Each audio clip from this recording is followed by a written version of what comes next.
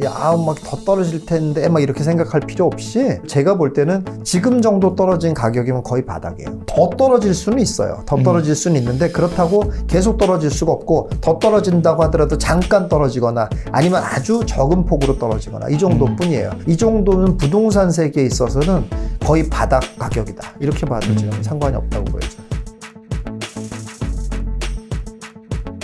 그래서 집값이 지금 떨어졌다고는 하지만 아직까지 접근하기에는 좀 부담스러운 게 사실인 것 같아요. 그렇죠. 만약 무주택자분들은 지금 어떻게 좀 하면 좋을까요? 사실은 무주택자 분들한테 집을 사라고 뭐 이렇게 얘기할 수 있는 상황은 또 아니긴 해요. 네. 이게 조금 완전히 좀 개념을 좀 바꿀 필요가 있는데요. 네. 저는 이제 무주택자가 사라고 그냥 턱하니 얘기해 버리면은 무주택자들이 대부분 집을 살 때도 어떻게 합니까? 좀 무리해서 항상 사람은 본인의 능력보다 다 위만 쳐다보거든요. 그렇잖아요. 더 좋은 데 살고 싶으니까. 더 좋은데. 그래서 이왕 살 거면은 더 좋은 데 사자. 꼭 이런 식으로 생각을 하거든요. 근데 그런 과정에서 무리가 되잖아요. 왜냐하면 이제 대출이자가 이렇게 비싼데. 그렇기 때문에 선뜻 내 집을 마련해라라고 말을 잘 못하겠어요, 사실은. 네, 그렇고 오히려 저는 그래서 그런 개념보다는 내 집을 자꾸 마련하려고 생각하지 말고 투자를 해라. 이렇게 말을 하고 부동산 투자를 해라. 이렇게 말을 하고 싶어요. 그게 나쁜 일이 아니고 뭐 투기꾼 되라는 얘기냐 뭐 이런 식으로 또 오해할 수가 있는데 그게 아니라 투자라는 거는 아까도 말씀드렸지만 이게 이제 부동산이라는 게 어떤 건지 이제 많이 알게 됐잖아요. 이게 자산 가치가 있는 거라는 거를 이제 많이 알게 됐잖아요. 그런 상황에서 내가 투자를 그런 자산 가치에 대한 적절한 선을 유지하지 못하고 있으면 나만 나중에 자꾸 더 어려워지잖아요. 그러니까 내 돈을 마이너스가, 그러니까 내 돈이 이제 녹아내리지 않게 만들려면 그거에 맞는 투자를 해라. 라고 말하고 싶어요. 근데 처음 이제 하시는 분들은 좀 부동산에 관심을 가지신 분들은 그게 엄청 겁날 수도 있어요. 그렇죠. 그렇기 때문에 그래도 난 내 집 마련 한 채 하고 나서 투자, 재테크를 좀 해보면 어떨까라는 생각을 하시는 분들도 많이 있을 것 같거든요. 그렇죠. 그 생각을 깨야 돼요. 그 생각을 깨야 진짜로 깨야 됩니다. 내 집 마련은 전혀 안 해도 상관이 없습니다. 사실은. 그러면 아예 안 해도 되나? 아니, 아예 안 해도 돼요. 아예 안 해도 돼요. 예, 그럼요. 아예 안 해도 돼요. 그냥말로 정말로 제가 뭐 자주 하는 말입니다만 돈만 잘 벌면 돼요. 그야말로. 아니 돈만 잘 벌면 내가 살고 싶은데 어디 가서 살 수도 있어요. 아니 요새 강남 엄청 비싸잖아요. 한 30억, 35억 정도 하잖아요. 월세 얼마나 할 것 같아요? 월세 그런 35억 정도 하는 데라고 해도 월세 한 500만 원 정도밖에 안 해요. 500만 원 적은 돈은 아니지만 아니 막말로 말해서 그럼 내가 예를 들어 다른 데서 월세를 1000만 원, 막 2000만 원 받는다고 한번 생각해 보세요. 30억은 없어도 그런 데서 얼마든지 살아도 되잖아요. 내가 다른 데서 돈을 그만큼 더 버는데 무슨 상관이 있어요. 그리고 거기서 많이 올려달라고 그러면 내가 다른 데서 돈 버는데 거기도 올려달라고 그러면 되는데 무슨 상관이 있어요. 근데 이게 무슨 말이냐면 돈을 잘 벌 수 있도록 세팅을 하는 게 더 중요한 거지 자꾸 내 집에 꽂히는 게 오히려 걸림돌이에요. 그러니까 내 집 마련하는 게 나쁘다는 게 아니라 문제는 내 집 마련에 꽂히다 보면 자꾸 실수를 하거든요. 왜냐하면 내가 살기 좋은데 어디 뭐 이런 것들도 다 따져야 되고 또 무리하게 되고 뭐 아니면 또 거꾸로 반대로 무리하지 않으면 어떤 일이 또 벌어지냐면 형편없는 걸 또 사요 또.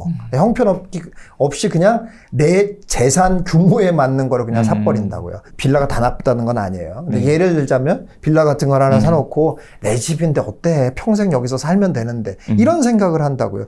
투자 가치를 전혀 생각 안 하고 내가 평생 살면 되는데 뭐 어때? 이런 식으로 또 생각을 해버린다. 그런 게 다 위험하다라는 거예요. 그런 생각을 그래서 버려야 되고 어떻게 하면 돈을 잘 벌까를 생각해야 된다니까요. 부동산으로 어떻게 하면 돈을 잘 벌까. 이게 제일 중요한 거예요, 사실. 그럼 만약에 지금 1주택을 가지고 계신 분이 있어요. 근데 지금 이제 가격이 좀 떨어지고 있잖아요. 그럼 지금 1주택을 가지고 계신 분들은 좀 어떻게 내 포지션을 취하면 좋을까요? 1주택을 가지고 있는 분요? 그것도 사실은 제가 명쾌하게 답변을 합니다. 포기하세요. 매도 포기. 매도 포기. 지금 매도를 매도 포기하세요? 안 돼요, 지금. 매도 안 되는데 왜 자꾸 매도하려고 그래요? 매도 안 되는 거.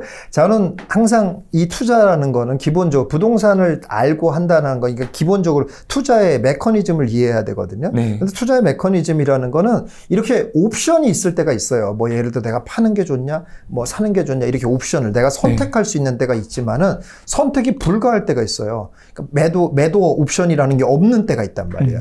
그런데 근데 본인이 혼자서만 매도 옵션이 있는 줄로 지금 착각하고 있어요. 안 된다니까. 매도 옵션이 없어졌어요, 지금은. 그런 상황에서 억지로 매도하려면 어떻게 되겠어요? 그러면은 아주 낮은 금액에 팔아야 되거나 이런 일이 벌어지면서 결국은 나중에 자기 자산만 날아가는 꼴이 되기 때문에 지금은 매도를 고려할 때가 아니에요. 예. 이렇게 생각하시는 분도 많이 있다. 가격이 내리다 보면 네. 이제 내가 샀던 물건도 있겠지만 네. 또 다른 집들도 같이 가격이 내리잖아요. 그렇죠. 그럴 때 조금 기회가 좋다면 나보다 더 상급지에 있는 아파트 가격이 네. 지금 내 집이랑 가격이 비슷해지는 경우들도 있을 수 있을 것 그렇죠. 같아요. 있을 수 있죠. 갈아타기를 하고자 하시는 분들도 있을 텐데 그렇죠. 많죠. 그런 걸 노리는 건 좀 어떨까요? 아니 그거는 네. 이론적으로라든지 아니면 이상적으로 말하면 좋은 거예요. 당연히 좋죠. 이제 뭐 예를 들어 비과세까지 받아가지고 옮길 수 있다라고 하면 당연히 권장사항이에요. 그럴 수 있는 분들은 하시라고요. 있는 분들은. 네. 근데 대부분의 분들이 아마 안 될 거기 때문에 그러니까 하겠다고 자꾸 생각을 해봐야 괴롭기만 하잖아요. 안 되는 일을 자꾸 꿈꾸는 거니까. 예, 그럴 때는 마음 편하게 그냥 마음 먹으라는 얘기인데 뭐 얼마 전에도 어떤 분이 이런 질문을 했더라고요. 이제 뭐 팔아야 됩니까? 뭐 이런 걸 했는데 당연히 또 저는 포기하세요 이렇게 얘기하려고 했는데 내용을 잘 들어보니까는 세입자가 살려고 그래요. 이러는 거예요. 예. 그래서 제가 보고, 그럼 당장 파세요. 네, 이랬죠. 예. 그러니까 아주 좋은 물건이 아니었거든요. 예. 그런 거는 팔아야죠, 당연히. 그런 거 욕심내지 말고, 당연히 세입자한테 팔아야 돼요. 그리고 더 좋은 물건이 싸졌으니까, 더 좋은 걸 사야죠, 당연히. 그런 거는 해야 되는 게 맞지만, 그러니까 그런 게 가능한 분들은 적극적으로 해라. 그렇지만 대부분은 가능하지 않다는 거에 대해서 너무 이렇게 좌절하고 하지 말고 받아들여라. 그 얘기예요. 만약에 내가 지금 좀 팔기는 좀 싫어요. 이 가격이 좀 떨어지다 보니까. 근데 좀 급하게 팔아야 되시는 분들도 생길 수 있잖아요. 그렇죠. 예, 뭐 그런 경우들이 있을 수 있을 것 같은데. 그런 뭐 사정이 있는 분들이 있겠죠. 근데 그런 분들에게는 저는 뭐라고 얘기하고 싶냐면은 그냥 어쩔 수 없고 다음 기회. 그러니까 이제 이렇게 투자하고 하는 행위가 무슨 이렇게 이번 한 번에 끝나는 게 아니잖아요. 계속되는 일들이니까 이번에는 좀 잘못했고 무리했고 뭐 했다는 걸 인정하고 다음에 이제 잘할 준비를 해야죠. 뭐. 그러면 혹시 지금 이제 가격이 좀 조정되고 있는 상황에서 내 집 마련을 생각하거나 또는 투자를 생각하시는 분들이 좀 관심 깊게 지켜봐야 될 지역들이 좀 있을까요? 근데 지금은 일단 금액이 좀 조정을 받는 상황이니까 좀 대장 아파트를 좀 노려봐라 라고 얘기하고 싶어요. 왜냐하면 대장 아파트들이 많이 좀 조정을 받았거든요. 이거는 그러니까 수도권이나 지방이나 다? 지방도요. 지방도 대장 아파트를 좀 노려봐라. 대장. 그리고 실제로 또 보면은 대장 아파트가 덜 떨어졌어요 또. 사실 역시 대장은 대장이에요. 그냥 덜 떨어졌거든요. 그러니까는 그거를 갖다가 막 더 떨어질 텐데 막 이렇게 생각할 필요 없이 대장 아파트를 제가 볼 때는 지금 정도 떨어진 가격이면 거의 바닥이에요. 대장 아파트 지금 정도요? 거의 바닥이라고 봐야 돼요. 그러니까 더 떨어질 수는 있어요. 더 떨어질 수는 있는데 그렇다고 계속 떨어질 수가 없고 더 떨어진다고 하더라도 잠깐 떨어지거나 아니면 아주 적은 폭으로 떨어지거나 이 정도뿐이에요. 아니면 이제 거래가 굉장히 적은 일이 벌어지거나 이 정도기 때문에 사실은 뭐 부동산이 주식같이 뭐 좀 떨어졌다고 잽싸게 팔아먹고 좀 오르면 뭐 하고 이럴 수 있는 게 아니잖아요. 그러니까 이 정도는 부동산 세계에 있어서는 거의 바닥 가격이다. 이렇게 봐도 지금 상관이 없다고 보여져요. 처음에 이제 이기 신도시 특별법 때문에 분당이라든지 일산이 가격이 제법 많이 올랐거든요. 그렇죠. 근데 지금 다시 또 주춤하고 있더라고요. 이럴 때 좀 여기도 내 집 마련이랑 투자를 할 수 있는 기회가 올 수 있을까요? 사실 그것도 이제 제가 대장이라고 얘기한 거에 좀 포함이 되는 건데요. 수도권에서는 지금 분당, 일산 뭐 여전히 좋게 봐요, 사실은. 근데 이제 그게 오해할 수도 있는 부분이긴 한데 분당, 일산이 진짜 뭐가가 돼가지고 재건축이 돼서 그런다는 건 사실 아니에요.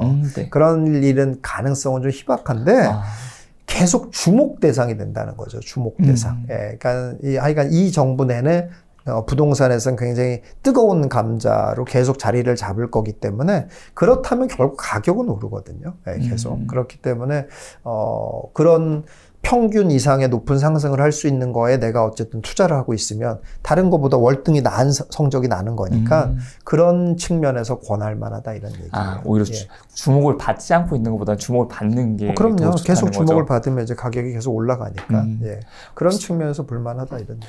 혹시 수도권 이외에 좀 지방 쪽에도 좀 괜찮은 곳이 있을까요? 지방 쪽에는 뭐 제가 볼 때 뭐 이제 지금 뭐 매스컴에도 많이 나오고 있는데요.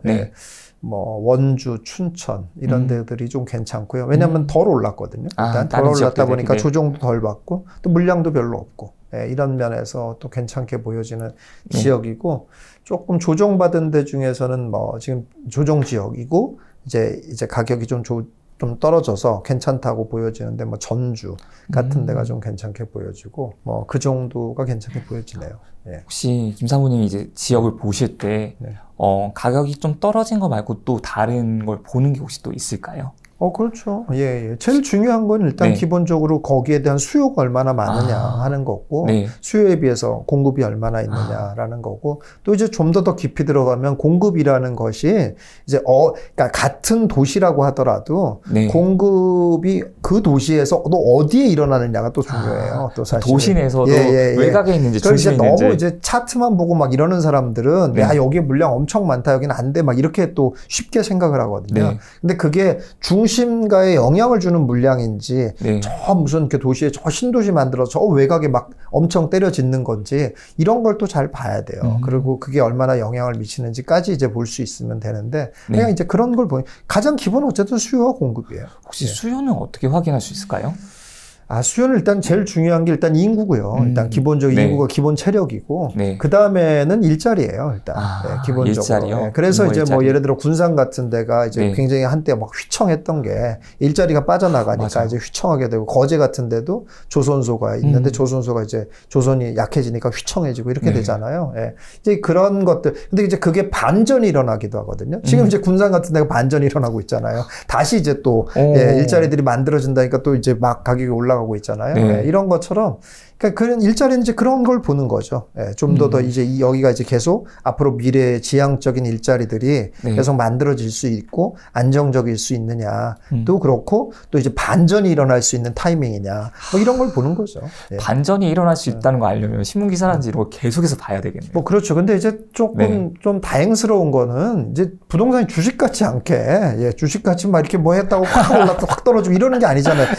꾸준히 일어나는 일이거든요. 일자리가 뭐 하루아침에 만들어지는 게 아니잖아요. 그러니까 쭉 일어나는 거고 하기 때문에 조금만 관심을 가지면 그렇게 막 순발력 있게 막 대처하지 않아도 얼마든지 돈을 벌 수 있어요.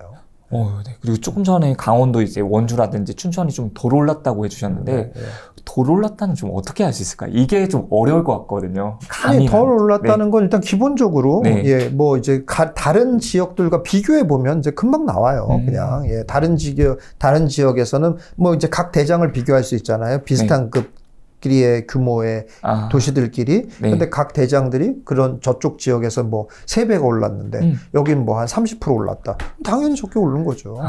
물론 이제 이유를 좀 보긴 해야 돼요. 그럼 그냥 아무 이유 없이 적게 오를 수는 없거든요. 왜 얘가 이렇게 올랐나? 왜 이렇게 얘만 이렇게 적게 올랐나? 그럼 얘도 또 반전이 일어날 수 있는 일이 있냐? 이런 걸 좀 보긴 해야 되는데, 어쨌든 일단 그거는 이제 확인하고 들어가는 거죠.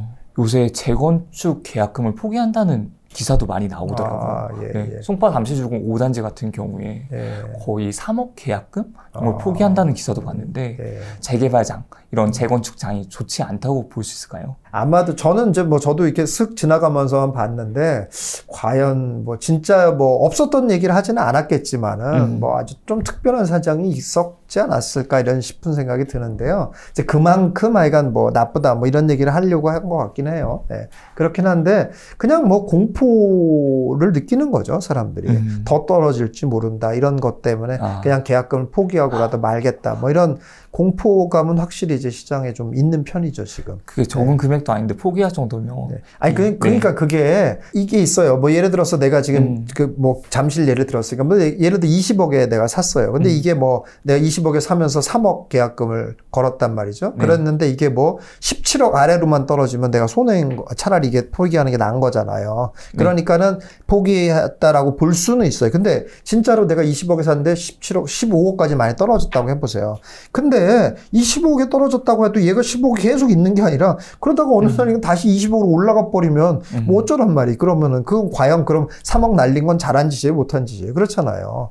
그러니까 20억이 있을 때 산 거를 잘했다고 할 수는 없지만 이왕 계약을 했다라고 하면 좋은 데들은 그렇게 날릴 만큼 그런 행동을 하는 건 또 실수를 하는 거예요. 아마 요즘 특히나 급금매들이 많이 나오다 보니까 좀 그런 일들이 많이 일어나는 것 같아요. 공포감이 점점 더 심해지는 것 같습니다.